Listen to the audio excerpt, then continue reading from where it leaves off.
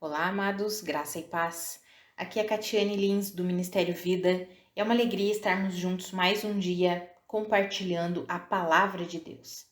Hoje nós encerramos a segunda carta do apóstolo Pedro e nesse último capítulo, capítulo 3, o apóstolo Pedro vai falar sobre o dia do Senhor, sobre como devemos viver até que se cumpra o dia do Senhor.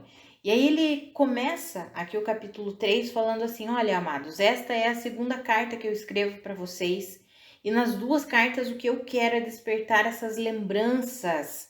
Quero despertar uma mente sincera para que vocês recordem o verdadeiro ensino, tanto que vocês receberam dos profetas, dos santos profetas lá do passado, quanto os que vocês receberam dos apóstolos, quanto os próprios mandamentos e palavras do nosso Senhor Jesus.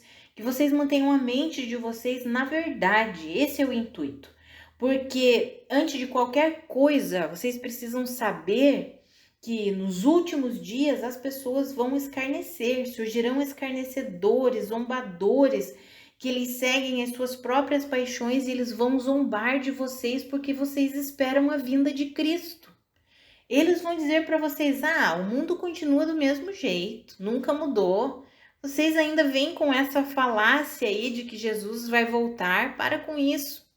É isso que Pedro está dizendo aqui no capítulo 3. E ele vai dizendo: mas vocês precisam manter o coração firmado no Senhor. Por isso que eu escrevi essas cartas, para encorajar vocês, para incentivar vocês, para exortar vocês. Vocês devem permanecer firmes. Tudo isso está aqui no capítulo 3, amados. Aí ele vai dizer assim: olha, não pensem que o Senhor está demorando para voltar. Porque o Senhor, ele não demora em cumprir a sua promessa, como alguns julgam. Só que ele é paciente com vocês. Por quê? Porque ele não quer que ninguém pereça. O desejo de Deus é que todos cheguem ao arrependimento. Esse é o desejo do nosso Senhor. E aí, o apóstolo Pedro continua aqui escrevendo e ele conclui a carta dizendo: vocês, amados, por causa disso, porque vocês estão esperando no Senhor, firmes no Senhor, a vinda do nosso Senhor Jesus Cristo, que vocês, enquanto vocês esperam, vocês se empenhem para viver de uma forma que glorifique ao Senhor. E daí são exatamente esses os versículos que eu quero compartilhar com os irmãos, que é do versículo 14 até o versículo 18. É a conclusão aqui da carta do apóstolo Pedro, que está escrito assim: portanto, amados, enquanto esperam estas coisas, empenhem-se para serem encontrados por ele em paz, imaculados e inculpáveis. Tenham em mente que a paciência de nosso Senhor significa salvação, como também o nosso amado irmão Paulo lhes escreveu com a sabedoria que Deus lhe deu. Ele escreve da mesma forma em todas as suas cartas, falando nelas destes assuntos. As suas cartas contêm algumas coisas difíceis de entender, as quais os ignorantes e instáveis torcem, como também o fazem com as demais escrituras, para a própria destruição deles. Portanto, amados, sabendo disso, guardem-se para que não sejam levados pelo erro dos que não têm princípios morais, nem percam a sua firmeza e caiam. Cresçam, porém, na graça e no conhecimento do nosso Senhor e Salvador Jesus Cristo. A ele seja a glória, agora e para sempre. Amém. Amados, veja que interessante, né? O apóstolo Pedro, ele termina, ele conclui essa sua segunda carta. Nós vimos ontem uma exortação bem dura, bem severa contra os falsos mestres, os falsos ensinos, e aí ele conclui essa carta dizendo assim: olha, o dia do Senhor está chegando. Enquanto vocês esperam o dia do Senhor, não caiam na lábia desses escarnecedores que vão ficar zombando vocês porque vocês aguardam a vinda do Senhor. A vinda do Senhor é certa, assim como o mundo antigo foi destruído pelas águas, o mundo que nós o vemos hoje será destruído pelo fogo, mas essa destruição que acontecerá não é simplesmente por uma destruição, mas Deus quer fazer o quê? Uma reconstrução. Deus quer construir novos céus e nova terra, um novo modelo de vida, onde o pecado não habita. Então Deus tem o quê? Deus tem coisas novas para nós. E aí por isso que essa aparente demora parece que Jesus está demorando para vir, para voltar, mas ele não está demorando. É a paciência do nosso Senhor. E a paciência dele é por quê? Porque ele deseja que as pessoas se arrependam. A paciência do nosso Senhor significa salvação. Mas é nesse capítulo aqui que nós encontramos aquela passagem, amados, que diz que um dia para o Senhor é como 1000 anos e 1000 anos como um dia. Ou seja, aquilo que Deus, que naturalmente falando, né, levaria 1000 anos para acontecer, para o Senhor pode acontecer em apenas um dia. Ou então aquilo que poderia acontecer em apenas um dia, Deus pode levar 1000 anos para fazer. Por quê? Porque a paciência dele significa salvação. É o que nós lemos aqui no versículo 15. Tenham em mente que a paciência do nosso Senhor significa salvação. Então, o tempo de Deus não é o nosso tempo. E aí nós precisamos compreender isso. E enquanto esperamos a volta do nosso Senhor, devemos permanecer o quê? Imaculados, inculpáveis, vivendo em paz, em sabedoria, em graça. É interessante porque Pedro diz assim que Paulo escreveu sobre essas coisas também nas suas cartas e que muitas pessoas ignorantes e instáveis estavam torcendo as escrituras do apóstolo Paulo. E é exatamente o que acontece hoje, né, amados? Muitas pessoas distorcem as escrituras, principalmente as cartas do apóstolo Paulo a respeito da graça de Deus. Eles tentam distorcer, mas a palavra diz que eles distorcem é para sua própria destruição. E é interessante porque ali no versículo 17 fala que, sabendo disso, que existem pessoas que distorcem as escrituras, guardem-se para que vocês não sejam levados pelo erro dos que não têm princípios morais e nem percam a sua firmeza e caiam. Ou seja, normalmente as pessoas que distorcem as escrituras, nós já vimos isso ao vermos os falsos mestres ontem, né? No capítulo de ontem. São pessoas que não têm princípios morais, ou seja, eles não vivem de uma forma a glorificar a Deus. Eles vivem de uma forma imoral, injusta, que não está compatível com a vida cristã. Mas eles se dizem cristãos. Eles dizem crer em Cristo, mas na verdade eles distorcem a palavra e a vida deles demonstra isso. E aí vem o apóstolo Pedro concluindo dizendo assim: vocês guardem-se para que vocês não sejam levados pelo erro dessas pessoas.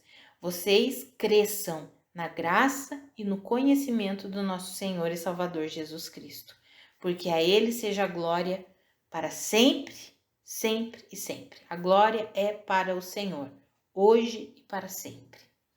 Amados, essa segunda carta do apóstolo Pedro vem para nos encorajar a permanecer firmes no Senhor, independente desses novos ensinos, dessas novas revelações, independente desses novos mestres que têm surgido e que muitas vezes são com ensinos enganosos. E aí, essa segunda carta do apóstolo Pedro deixou bem claro as características dessas pessoas que trazem um ensino que não é o verdadeiro. Eles não têm princípios morais, eles não vivem de forma a glorificar a Deus, eles têm um coração exercitado na ganância. Nós vimos isso ontem. Nós vimos aqui que eles distorcem, eles vêm torcendo, distorcendo todinhas as escrituras para... Normalmente fazem isso para tentar benefício próprio, mas eles acabam colhendo uma destruição, porque esse é o resultado.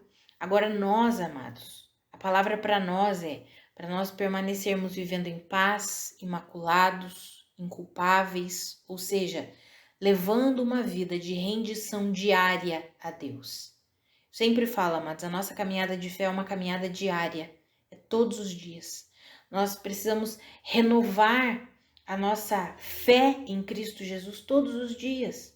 Todos os dias precisamos lembrar a nós mesmos: Eu confio em Cristo Jesus.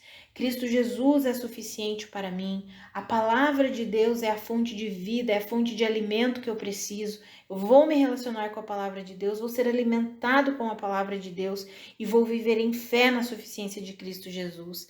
Não vou me deixar corromper pelos ensinos imorais, não vou me deixar corromper pela ganância, pela avareza, por um coração egoísta, moldado a esse mundo aqui. Não, eu vou todos os dias decidir, escolher caminhar com Cristo. Buscar o reino de Deus e sua justiça todos os dias. Todos os dias. Mas a nossa caminhada é diária. A nossa jornada cristã é uma vida diária de fé. E nós precisamos colocar a nossa fé em prática todos os dias, dizendo não para aquilo que não está coerente com a verdade de Deus e nos agarrando, dizendo sim para toda a verdade de Deus para nós, que nós encontramos onde? Nas Escrituras. E aí, olha que incrível, amados, nós temos a palavra de Deus escrita e temos o Espírito Santo habitando em nós. Olha que poder extraordinário. Quando nós nos rendemos a Deus, o Espírito Santo vai nos dando entendimento, vai iluminando os olhos do nosso coração, vai nos dando sabedoria para nós ouvirmos as pessoas certas, os mestres certos. Quando eu falo certos, é aqueles que Deus tem para nós. Amados, nós temos muitas e muitas pessoas que ensinam. Vamos ver aqui um exemplo bíblico. Paulo, ele foi levantado como apóstolo para os gentios e Pedro como o apóstolo para os judeus. E é interessante que é claro que os judeus também ouviam, né, Paulo, os gentios também ouviam Pedro, mas havia um chamado específico e pessoas específicas que Deus conduzia até Pedro e as pessoas específicas para um chamado específico que Deus conduzia até Paulo. E não é diferente nos nossos dias, amados. Eu sempre falo que existe um público que Deus mesmo levanta para cada mestre, porque é Deus que estabelece os mestres, Deus que dá chamado para as pessoas que ensinam a palavra e Ele vai conduzir as pessoas para aprender com esses mestres, com esses professores bíblicos. É Deus quem faz isso. Quem tem ministério de ensino, quem tem ministério para pregar a palavra, para ensinar, né? Vamos colocar aqui mestre mesmo, professor bíblico, para ensinar a palavra, não precisa se preocupar. Pregue e ensine a palavra e deixe que o Senhor mesmo vai trazendo as pessoas que Ele tem para te ouvir. Se você está ouvindo esse devocional hoje e você tem um ministério, você entende que você foi chamado para ensinar a palavra de Deus, não se preocupe. Siga a direção do Espírito e Ele mesmo vai trazendo as pessoas que Ele tem para te ouvir, para aprender com você. E funciona assim, amados. Nós vemos aí tantos e tantos professores bíblicos e tem as pessoas que aprendem com A, outros que aprendem com B. Essa é a multiforme graça de Deus, a multiforme sabedoria de Deus. O que nós precisamos é nos atentar para não ceder e não cair no engano dos falsos mestres. Existem muitos por aí, mas também existem muitos professores bíblicos, pastores, mestres genuínos, verdadeiros, que seguem a direção do Espírito, que ensinam a palavra com poder, com autoridade, com graça, com unção, pessoas que têm um coração em Cristo Jesus. E aí com essas pessoas nós devemos aprender mesmo, devemos ouvir, devemos meditar na palavra que eles ensinam, que eles pregam. Por quê? Porque são pessoas que estão ali rendidas ao Senhor, exercendo o chamado, o dom que Deus deu com amor, com zelo, com carinho.